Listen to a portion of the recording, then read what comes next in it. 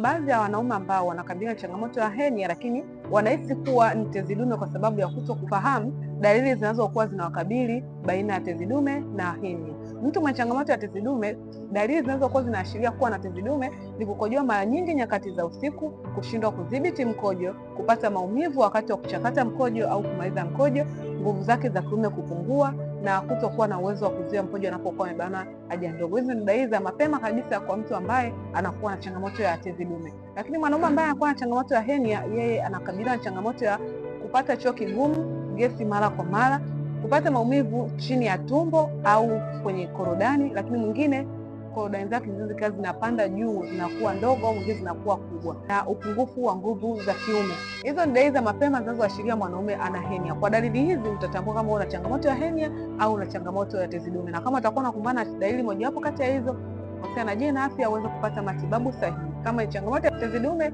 itatibika, kama changamoto ya henia itatibika. Afya yako ni uwekezaji wako.